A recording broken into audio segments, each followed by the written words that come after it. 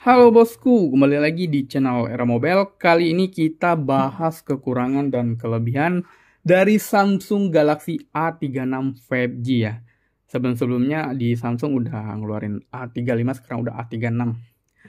Untuk perbedaannya kita bahas ya. Sama kita bahas dari segi desainnya. Untuk dari segi desain dia udah ada perubahan dari A35 ke A36. Dia untuk bentuk kameranya ya, dia ada lebih memiripkan ke flagship mereka yaitu di Z Fold-nya. Jadi kelihatannya lebih simple sih. Walaupun sebelum-sebelumnya dia ada tiga kamera yang pisah ya, itu juga mantap atau keren. Ini juga tambah mantap. Untuk bahannya dia kaca ya, jadi kelihatan lebih mewah. Dan untuk kelebihan kaca ini, untuk back glass handphone dia nggak gampang tumbuh jamur. Itu suatu kelebihan untuk bagian kaca, bahan kaca. Nah, kekurangannya untuk dari bagian desain ini, untuk bagian bezelnya dia masih menggunakan polikarbonat atau plastik. Beda dengan seri A56-nya ya, dia udah menggunakan bahan metal. Sedangkan di A36-nya masih menggunakan bahan polikarbonat.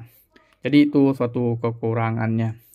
Oke, untuk dari segi layar di sini dia kelihatannya nggak full ya, dia masih ada apa namanya, dangunya di sini atau bezelnya, nggak kelihatan full untuk layarnya. Walaupun nggak kelihatan full, tapi ini udah menggunakan layar Super AMOLED dengan refresh rate-nya 120 Hz di harga 5 jutaan.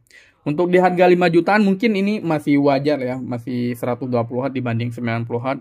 Biasanya di harga 5 jutaan udah menggunakan 144 Hz di brand-brand sebelah.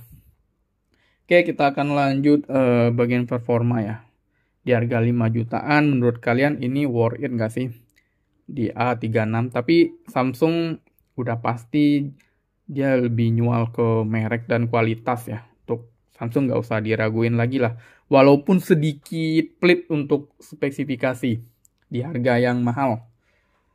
Dia Android terbaru yaitu Android 15 dengan menggunakan prosesor Snapdragon 6 Gen 3. Jadi sesuai lah ya, masih sesuai dengan harga ya untuk prosesor Snapdragon 6 Gen 3 4 nanometer. Untuk kapasitas baterainya standar yaitu 5000 mAh dengan pengecasannya masih oke yaitu 45 watt.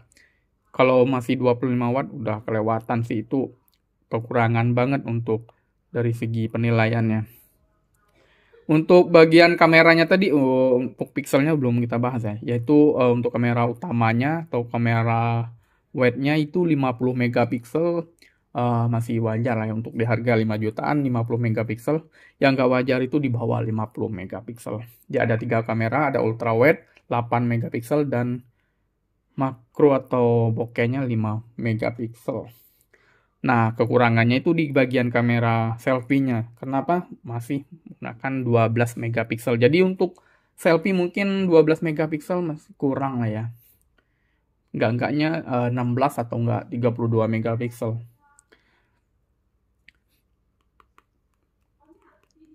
Kekurangan di back glass-nya tadi saya lupa bilangnya. Kalau kita hobi di Samsung A36 ini lebih main ke game, dia nyerap panas ya. Panasnya ngerata, jadi cepat panas rasanya.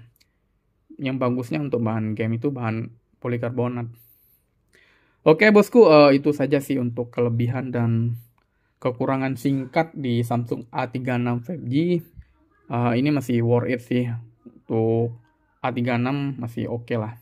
Sekian untuk videonya, jangan lupa subscribe channel ini di Era Mobile dan jangan lupa komen di kolom komentar. Sekian untuk videonya, terima kasih.